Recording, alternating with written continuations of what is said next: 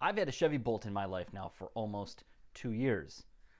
I'm going to share what I've learned during that time to help you make a decision whether or not an EV is for you.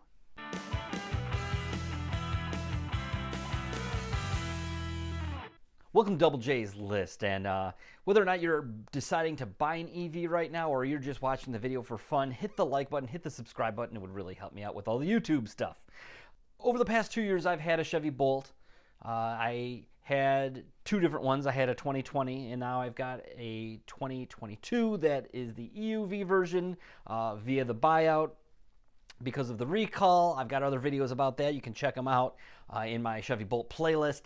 And I've learned a lot about living with an electric vehicle. I've compiled 6 different things that you should know before you go out and buy an electric vehicle to make sure that it works for you. I'm a huge advocate of electric vehicles. I absolutely love my Chevy Bolt. And I speak highly of the Chevy Bolt. However, it is not for everybody, and I think that it would actually be very negative for the concept of electric vehicles for someone to buy one and to not be a good fit for that vehicle's limitations, let's say. So first and foremost is your living situation. In my opinion, it is ideal to be able to charge your car at home with a level 2 charger. What a level 2 charger is a 240 outlet or some sort of 240 volt power source that is in an area that is accessible to your car where you can plug it in and charge it at that higher level. Those typically are those really big sockets that look like something that plugs in for like an electric dryer, electric stove, or a welder. Sometimes they're 3-prong, sometimes they're 4-prong. There's different styles and for different types of chargers. You have to look into that and maybe get with an electrician if you don't understand those things. But it is really optimal to be able to charge your car at home when you're not using it. Some people think that it's a good idea that, I can't charge my car at home, but I can charge it at work. But you have to bear in mind that working situations can change, especially in the world we live in right now. People change jobs frequently. You may not have a charger at your new job, or you might start remote working. So many people have been doing that lately. People really like that. However, if that changes, heck, you're not going to be able to charge your car. You're not going to be able to go anywhere. So I think that you really should have a charger at home or close to your home.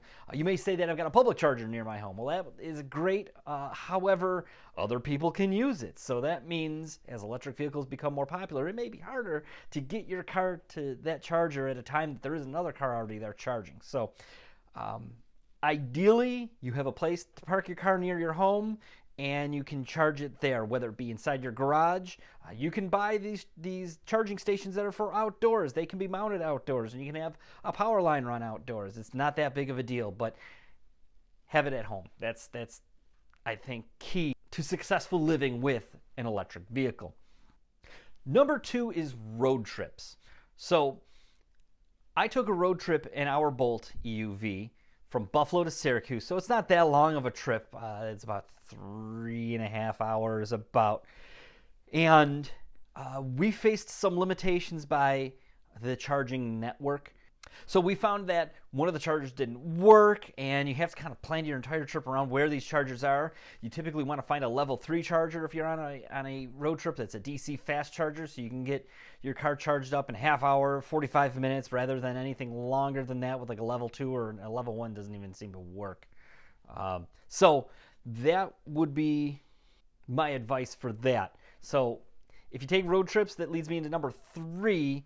If you live in a household where you have multiple vehicles, say you have a spouse, a significant other, or a family member or a friend that you share cars with, or you're just the type of person that likes owning more than one vehicle, definitely if you have an EV, I think it's really, really beneficial to have a non-EV, something that runs on gasoline or diesel, also in the fleet. Because that way, if you want to take a road trip, it's just so much easier to take a road trip in a gasoline vehicle. Now, bear in mind, I forgot to touch on this, Teslas are a little bit better at the road tripping thing than everything else because they have their own charging network, and their charging network is quite frankly quite good. It ties in with their own navigation system, figures it all out for you. You're not getting out apps and things like that to be able to figure out how to do your road trip and where you have to stop.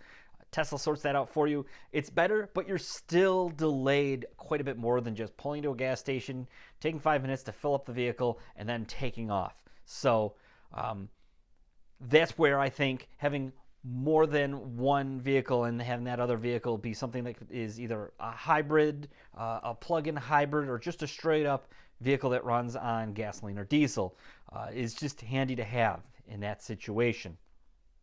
Number 4, consider the range of the vehicle. And what I mean by that is we're getting into a world now where I use the Bolt as an example because I own it, and I think it's the best value for money right now in EVs.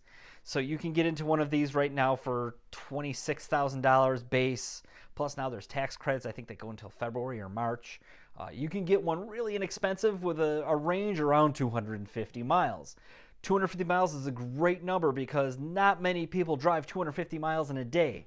Now, you have to bear in mind that's just an estimate, that range. There's a lot of factors that go into it. Weather, which I'll get into later, is probably the biggest, but hills, your driving style, a lot of different things can affect the range of that vehicle. So I think 250 miles is a pretty sweet spot because that's a lot of miles for somebody to drive in one day.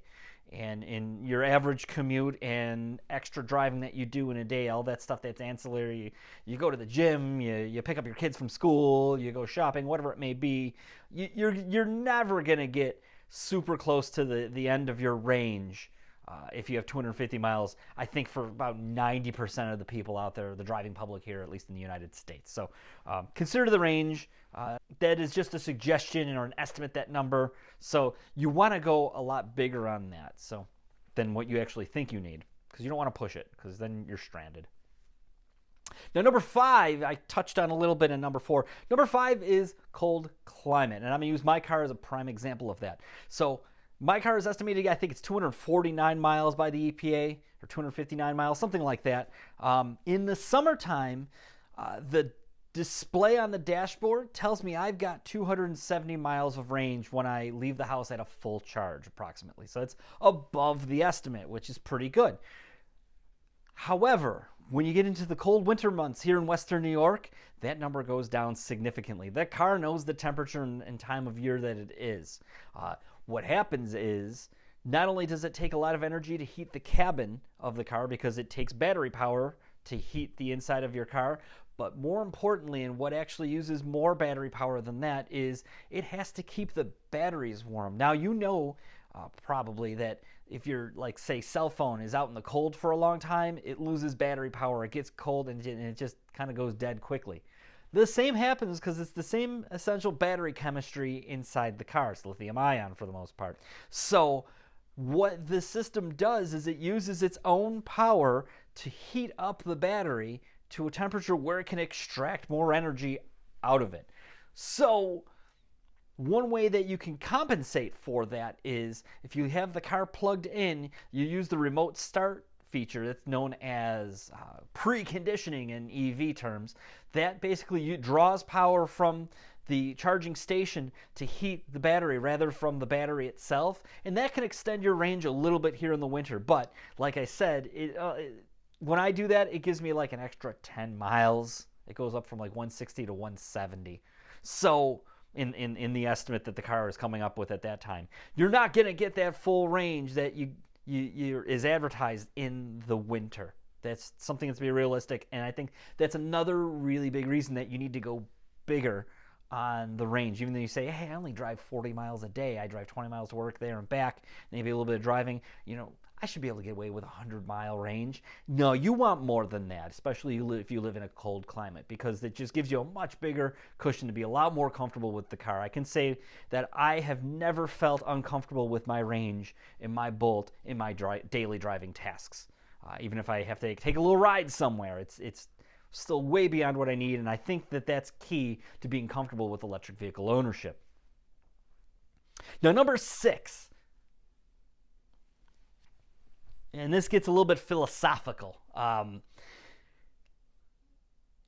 EVs are not the ultimate answer to the climate problem that we have right now as far as greenhouse gases. It's a step in the correct direction. So you're going to get a lot of folks telling you that, well, you own an EV, they tout it as greener and better for the environment, but it's not because of all the mining, and it creates more carbon dioxide to make one than it does a traditional vehicle. And there's a lot of information out there that's not true, and you have to kind of sort through that. And ultimately, I found through my own research through different sources that are primarily through peer-reviewed engineering journals. Check out Engineering Explains YouTube channel. He does a great job of breaking this down. But yes, it does create more carbon dioxide, more greenhouse gases to make an electric vehicle. However, you counteract that by driving it for 2 to 5 years, depending on the size of the battery. That by the reduced amount of carbon dioxide and other greenhouse gases that go into the atmosphere versus an internal combustion engine. So ultimately, cars are on the road typically longer than 2 to 5 years. Yeah, that ultimately the EV is going to be greener, especially if it's on the road for 10 years, let's say. So that's something to consider. And it's also disproven that, okay, well, it's getting power from burning fossil fuels, or your electricity, right? So even if you're getting your electricity from a place that's 100%, let's say, coal or oil or other fossil fuel, because they're making that electricity in bulk, it's much more efficient than having your own little power plant that is burning a fossil fuel in every single vehicle out there. So you actually still greatly reduce greenhouse emissions because of that. And typically, what's coming to your home or whatever your charging station is less than 100% greenhouse gas supplied electricity. Here in Western New York, we have Niagara Falls right around the corner from us. It's one of the biggest hydroelectric stations in the world. Our electricity here in Western New York, thankfully, is very, very carbon neutral. However, you even get into, like, what I found was the worst one was West Virginia. And it's coal country, it makes sense. They're about 80% coal sourced electricity. However, that still produces less carbon dioxide than if you're driving around in a car with an engine. So either way, you're winning. If you're living in a place like this where there's a lot of fuel or a lot of electricity that's made from natural resources that aren't carbon producing, you're in better shape. So that's one more thing that you need to think about. So those are the 6 things you need to consider. I hope that it helps you. Leave some comments if you think I've left anything out, your experiences that are different from mine. I'd love to hear it. And hit the subscribe button. It would really help me out again. And hit the like button. Thank you very much, and thank you for watching.